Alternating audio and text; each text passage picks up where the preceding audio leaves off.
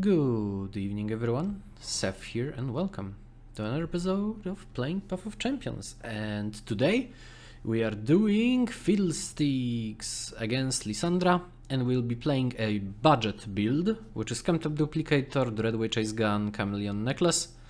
I obviously have like all of the epic slots unlocked, but I wanted to challenge myself to attempt to clear the adventure with just epic, with like rares and common powers.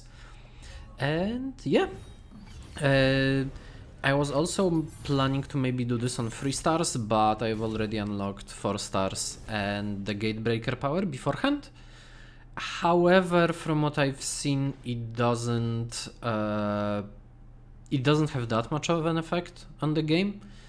And I'll go over why as we go through the run. Because I've attempted this run 3 times. This is the 3rd attempt. The first 2 times were really close. I got to Lissandra both times.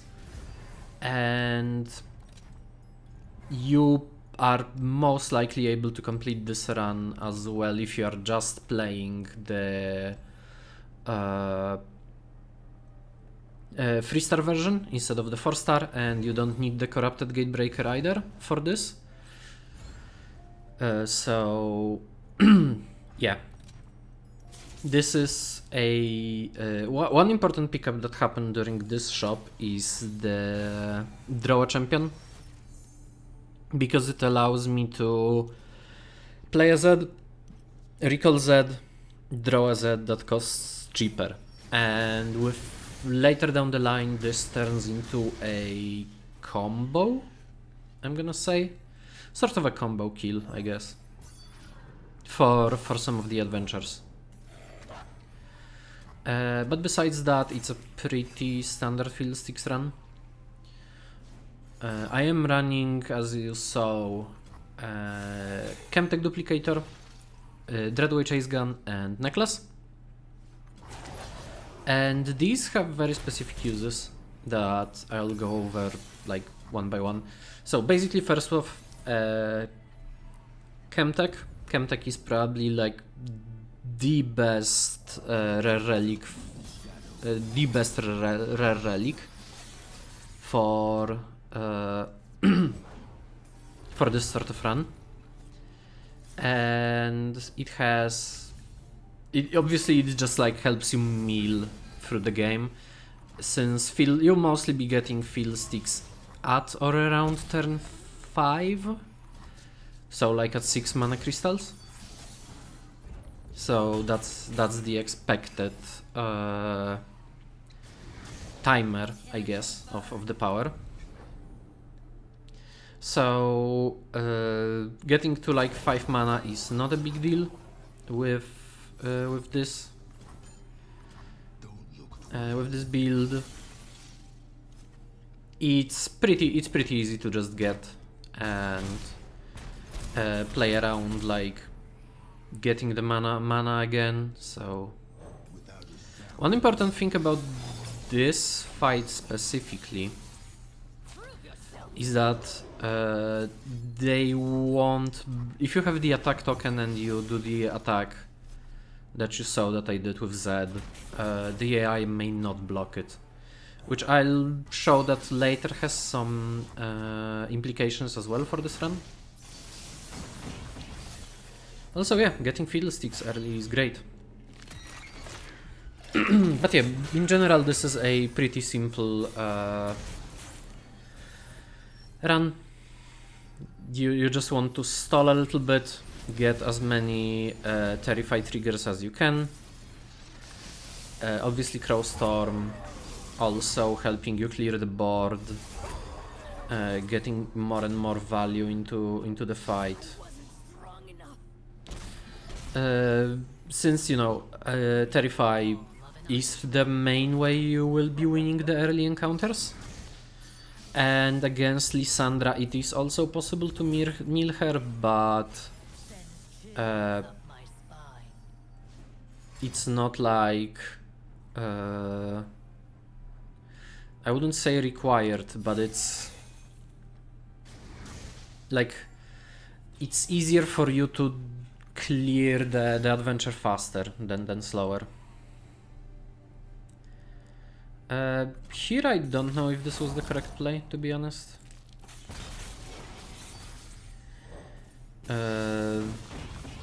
It ends up being a correct way to do this, thanks to warning shots just acting as like every time you play a warning shot, it at minimum it does a 1 terrify with 3-star, which is exactly why I set it up. I did the setup like this. Because again, warning shot on its own just deals that extra damage. It like gets you that extra terrify stack that you may need for that fight. And yeah, the first node is done. In this node, having that extra corrupted gate breaker kinda mattered. But it wasn't like that big of a deal. You could have won this node pretty easily without that. One note when you're attempting Lissandra with this setup you need to be careful, and with Fiddlesticks in general, is the nab node. Because it can literally just either draw game with you or even mill you faster than you mill them out. So that's something worth considering when doing this challenge. Well, challenge or like playing with less resources. Another relic that I've seen people suggest is the scout one, Gale Force. I personally don't know if Gale Force is that good for Lissandra specifically. I think I'd rather have the setup that I've showcased now. So getting just like getting raw value of finding fiddle, getting damage out, getting terrify, like death by 1,000 cuts basically. Because when playing fiddle, the deck is the bigger, is the easier resource to manage, I would say. And while 4-star isn't necessary to beat this, you can definitely beat this on 3-star, as I've seen someone else do it. It is helpful, as always, to just get it sometimes. In general, you want to put pressure on the AI, either by... Yeah, Dread Harvesters are also great, because they help you deal with things that they might have. And like the first 3 nodes, you want to be looking for getting the mill kill most of the time, because some of the adventure nodes are actually pretty easy to deal with. So it's better to just get them milled rather than damage them enough. You're basically looking to get the win condition rather than like damage condition.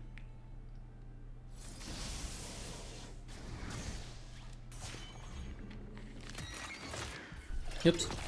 And also Fiddlesticks is pretty good at letting you get value out of everything you get. And again, small wins of just dealing like 1 damage each strike with the chase gun and doubling the condition. I'm also running specifically the... what's the name of it? Specifically running necklace. Mostly because if you are level 20, like after level 25, you basically have only the slot, only the common slot, unless you use a relic, like use the win relic that gives you an epic slot instead. But again, since this is more of a budget build, it still like does the job well. Because again, you want to have like a bunch of fiddles in the fiddlesticks in the enemy deck. You want to set up getting those terrifies out, getting those board clears out, and yeah, that's basically the whole idea of this build. And you will be able to see, I don't know if on this fight or the next one. Oh, I think it's on. It's one of the close fights, but here I probably make a little bit of a mistake. I should have maybe ripped instead of just doing nothing. But also got a little bit lucky here. They didn't pull out a dragon. They pulled another commander, which is nice. Although, like, when you're building Fiddle, you have a few options of doing like the high difficulty adventures.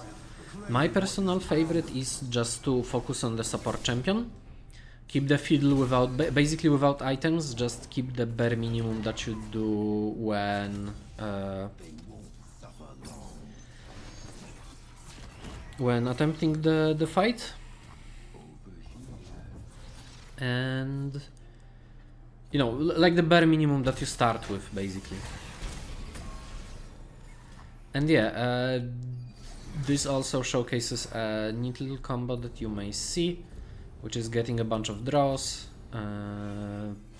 figuring out how to play around some of the bigger units, and also having access to Z. Like, Z is really good for this, so I think here I just decide to detain the 5/6 and take the 4. So having like higher levels with an option to how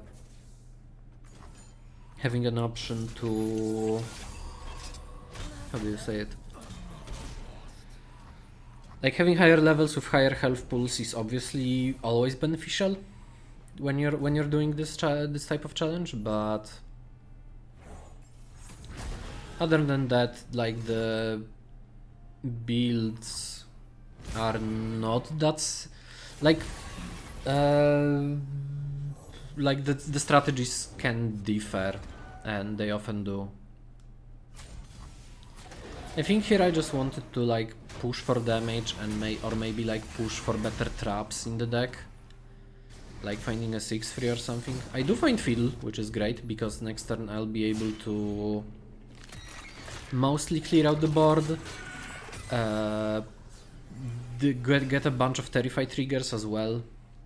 The upside of Dreadway Chase Gun specifically is also that it's a 0 cost spell, so you can follow it up with Terrifies on 7 when you don't have any discounts on the spells as well.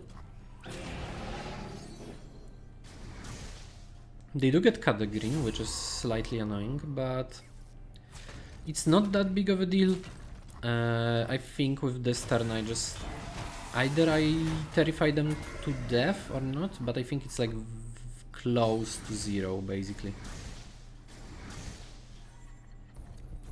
Yeah, it's like 1. I think they are like left. No, never mind. At one attempt I had like I had like an encounter where the AI was left with 1 HP, but it's not that like that difficult to deal with. Sometimes like the extra turn matters, obviously, which we might see later down the line. Great pickup here. The stun with mana refresh is great. Here I'm considering between Prosperity and Guard. but I decided on Emperor's Guard because I feel like this is the better option. Two powers that I'm mostly looking for. One is Natural Magic, which I end up picking up, and the other is... oh, and Quick Draw as well. Getting this Quick Draw actually allows you to go infinite with Z, which I will showcase probably in this fight, because it's very easy to do. Also Infinite Shadow Fiends if I need, which is, you know, which is basically the way that I'll be going through the later encounters, except Lissandra. The Lissandra fight obviously has some like quirks to it, I guess. That's the best way to call it.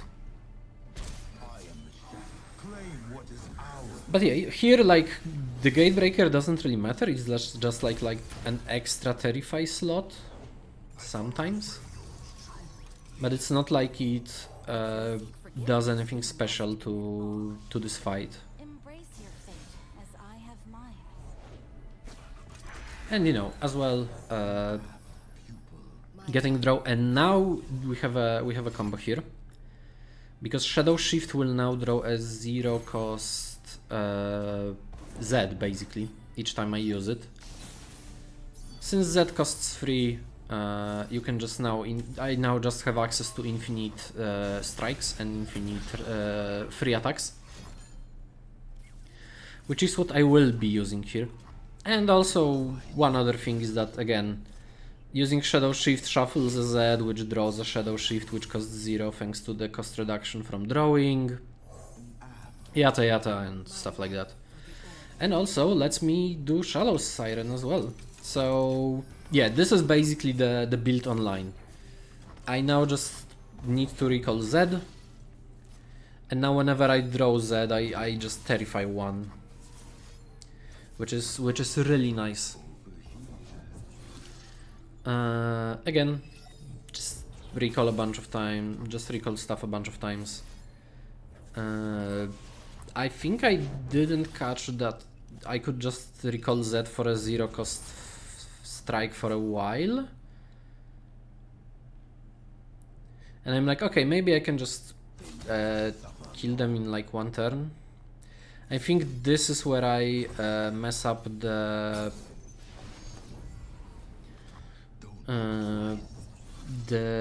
order a little bit, I think, because again, just having like an option to recall something for 0, draw another card, and then draw another card, and keep drawing and replaying one card one after another. Yeah, I make a mistake here. I should have recalled Z just to get those extra strikes and close the game out faster, but again, I kinda didn't realize that I was able to do that. I do realize that, I think, during a later... Oh yeah, also I get more stuff into my hand because I finally hit a Nightmare. And yeah, also 0 cost Emperor Guards, that's also pretty good. I think they are left at like 1 Terrify. Also, I'm trying to like clear my hand a little bit, because I forgot that if I just keep recalling the 3/2s, they will just, you know, come back. Yeah, I leave them at 4 cards by mistake, rather than kill them outright. Which I am not proud of, because, again, I was able to kill, but I messed around for no reason. So I just stun the Overwhelm one, because again, I don't really need to do anything else about them.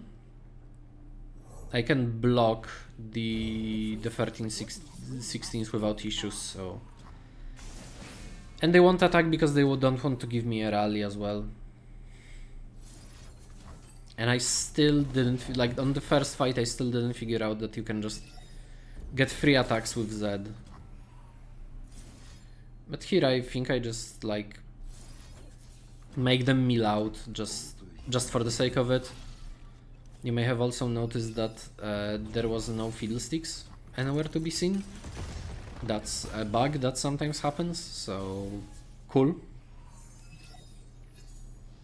And yeah, your opponent is out of cards. So yeah, like playing Fiddlesticks in the early encounters is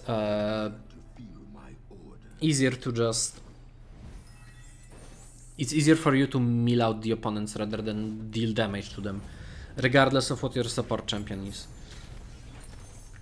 Some other good support champions that you might consider are Teemo. Oh, also picking up the doubling dice will matter during this run, spoiler alert, a little bit. I do go for the Mind Meld, like these cards, some of the weaker cards I don't really need for the next run. I'm also considering maybe cutting off Baleful Seeker, but I'm decide against it in the end. Snail Moth is a pretty easy node. During my previous runs, I've beaten Trundle twice. And Trundle encounter, if you are like not that good on your luck, is kinda not that easy. So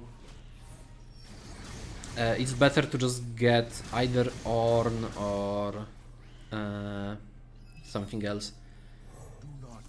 But yeah, in these situations, I don't think like the extra strike matters that much, especially since I'm, again, I have the free attack option open, so it's not a big deal. But yeah, here I just want to start with like maybe drawing the Shadow Shift, because Shadow Shift will let me just get raw value, and here I figure out that I can basically just get infinite attacks if I do this, because that costs 0 after recall, so why not? And again, like the extra strike does not matter. The Corrupted Gatebreaker is mostly a bonus rather than a hindrance, so... And since you're playing Fiddlesticks, you only have your support champions, which means this combo is very consistent. You just deal as much damage as you'd like, and yeah. That's how I was planning to get through the nodes here. I'm also hoping maybe I can get a Reap that costs 0, but I don't. It's fine. I can just keep on playing more stuff. Or getting Arachnoid Horror, because that's a 13-12, which is fun.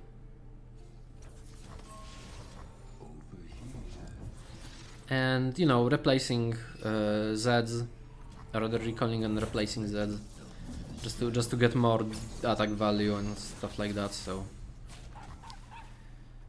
Like the block also doesn't really matter, and, you know, this is the end of the fight, basically. Small mistake, I shouldn't have attacked with the false friend, to be honest, because I lost like 4 damage, but in this encounter it didn't really end up mattering, so yeah, not a huge deal, personally. And from here we go get the champion item. I'll be looking to buff up Zed again. I also grab Mana Depot because I think it's just like one of the better items. Grab the Phage. Here I just give everyone like an item. I was thinking maybe I should buy something here, but there wasn't really like anything that I wanted. Shadow Assassin was a consideration for a while, but I thought it was better to just have a Dread Harvester that does more stuff. And yeah, Ornn time. Ornn wasn't that huge of an issue, but it does have a few annoying things about it that... Well, mostly because Ornn has the attack token, so I have to play a little differently here. And I think it's just, you know, I keep this hand. Dread Harvester might come in handy, even though it's a bit higher costed. But I don't think it does end up mattering. I do draw another Z, which means that I have a 0 cost and I have recalls and I can just do the infinite loop again.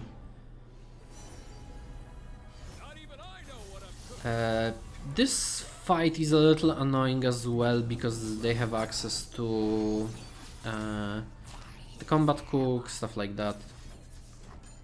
I don't know if it was correct to already recall here. Might have been, might have not been. Kinda hard to tell. They do just end up setting up more, so I go for the Emperor's Guard just to like match their board a little bit before I commit to more Z plays.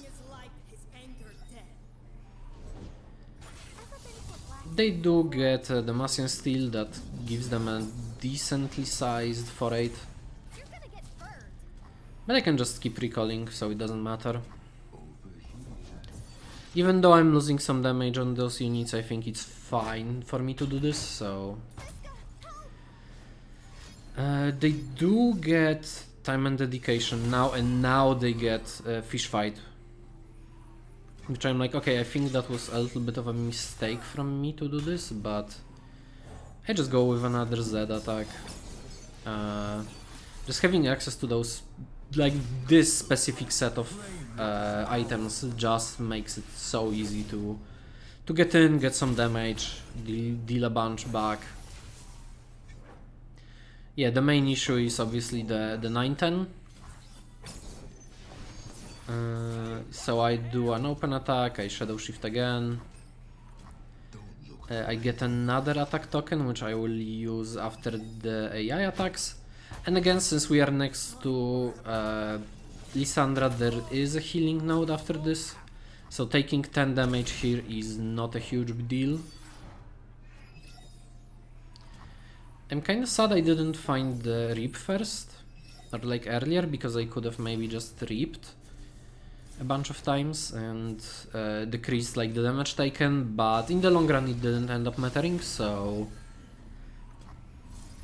this is something that I should probably consider when doing this run again. Also, I don't know why I did this. I could have decreased the 1 for to a 0 as well. So that was a little bit of a misplay. But other than that, we just have it's a clear road ahead. Just get in for the damage. Even if they block like the Z, I can again recall, replay, deal damage. Very simple loop. If not for this loop, the other option I would have considered would be going on Reap. A bit harder, so the Mortal Mark's power, so setting health to 1, would also be very good, especially if I would have to like focus on meal plan with Fiddlesticks and stuff like that. I also get a Spirit Stone on Shadow Assassin because I consider, yeah, I don't really want to like get random cards into my deck, and that's fine. Oh, okay, yeah, I actually do end up getting just an extra item here. Again, I have a revive, and I think the first fight to Lissandra I actually lose, but we'll see like why exactly. So opener has a shadow shift that's pretty easy, just to set up like my combo. Obviously I cannot do the combo too much, since you know I only have 2 open mana. Still start with Z, get some damage in. This strike ends up mattering a little, mostly because they have double succumb to the cold, and they can follow up with, yeah, Ice Shard that costs 1. If not for that, I would have probably just done something else, but I still deal 5 damage, so I'm like 5 damage up basically, just from the corrupted Gatebreaker. In this fight, I'm not quite sure if it ends up mattering, but I still get quite a few hits in, get some good damage in. Here I make a mistake, I think. Yeah, I make a mistake. I play the stage hand for no reason. I should have kept it in my hand, but I got too greedy and I did the recall shenanigans for like literally no reason. I think I was just wanted to like, yeah, I want to draw a bunch of cards, maybe like set up some extra attackers. I think that was the idea. So it's not a bad plan in general, but I think I could have, I didn't really need to do that. From rewards I get Fiddlesticks, which is a bit early. I do mill like 8 cards, which is nice. But since Fiddlesticks is already on the board, I can't really like... I don't have good pressure on the enemy board, which is what I was kinda worried about. I do stage hand the 8-9. I figure that's the best way to do it. They do succumb in the cold, and I think they try to obliterate as well. And I don't remember what my idea of here was. I think I just let them... No, never mind, it was Ice Shard. I think the correct play for me would be to... Not recall this specifically, but recall Fiddlesticks instead, just to clear the board a bit more. Rather than let them get like extra damage on and get an extra attack out as well. I decide to Gloom. Here I make a mistake. I should have actually I think I Crow Storm, and I don't think that was a correct play. I think the correct play should have been to play Reap, target the 8-9 and the 3-1, and then keep Crow Storm for the later in the game. They do get another Ice Shard.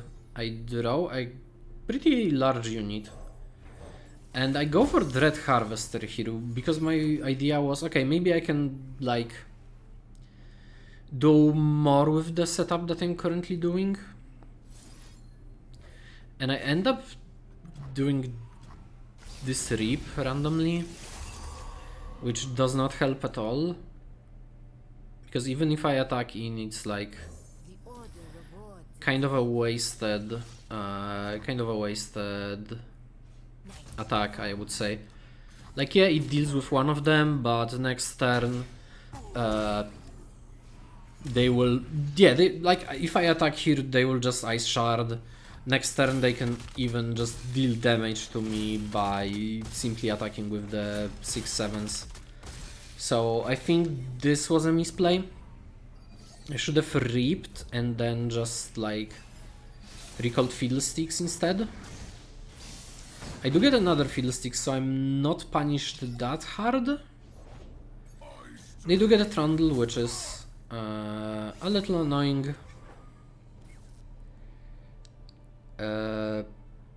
I'm considering what I want to play right now, and I decide to go with the Z attacks again. But I think my correct play here should have been to just stun the 6-12 instead. Because they still have, yeah, I didn't play around very nice, and this was a mistake on my part.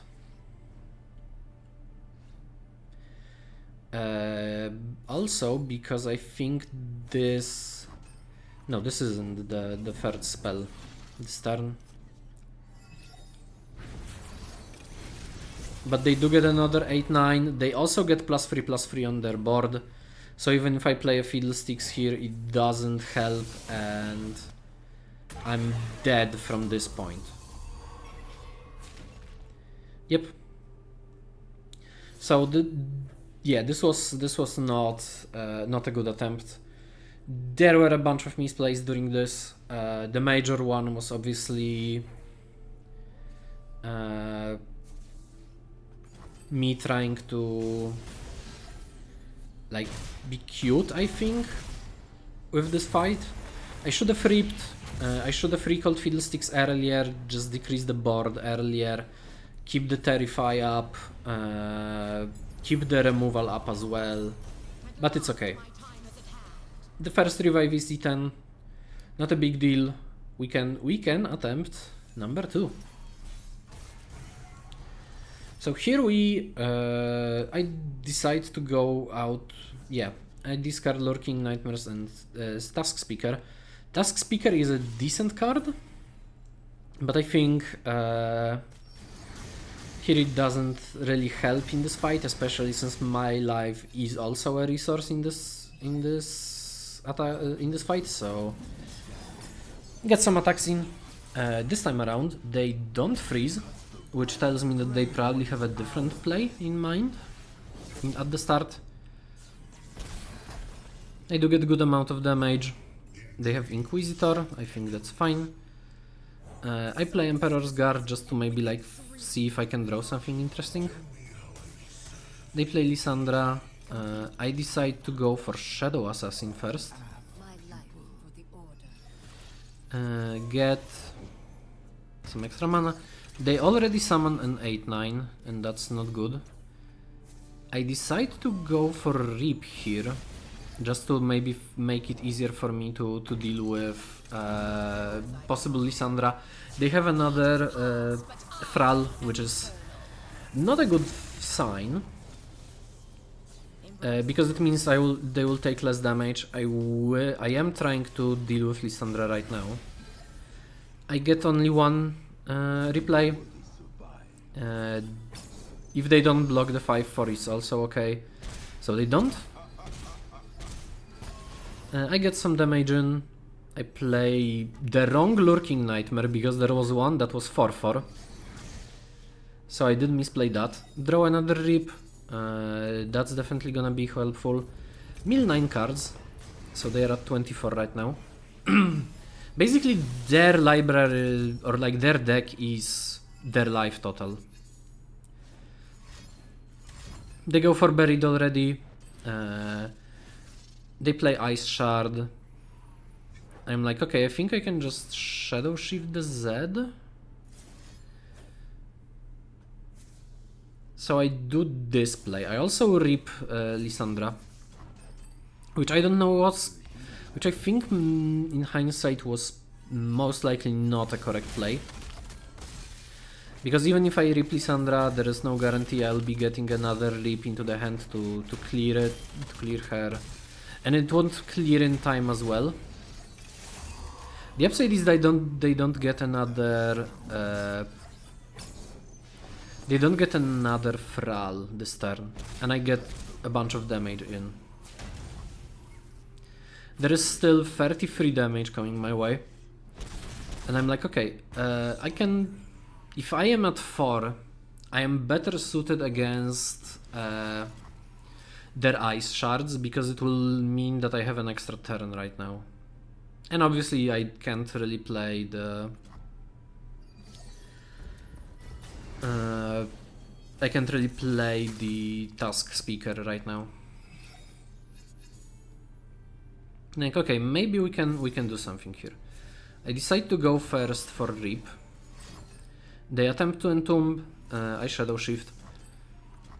I think this Lissandra didn't get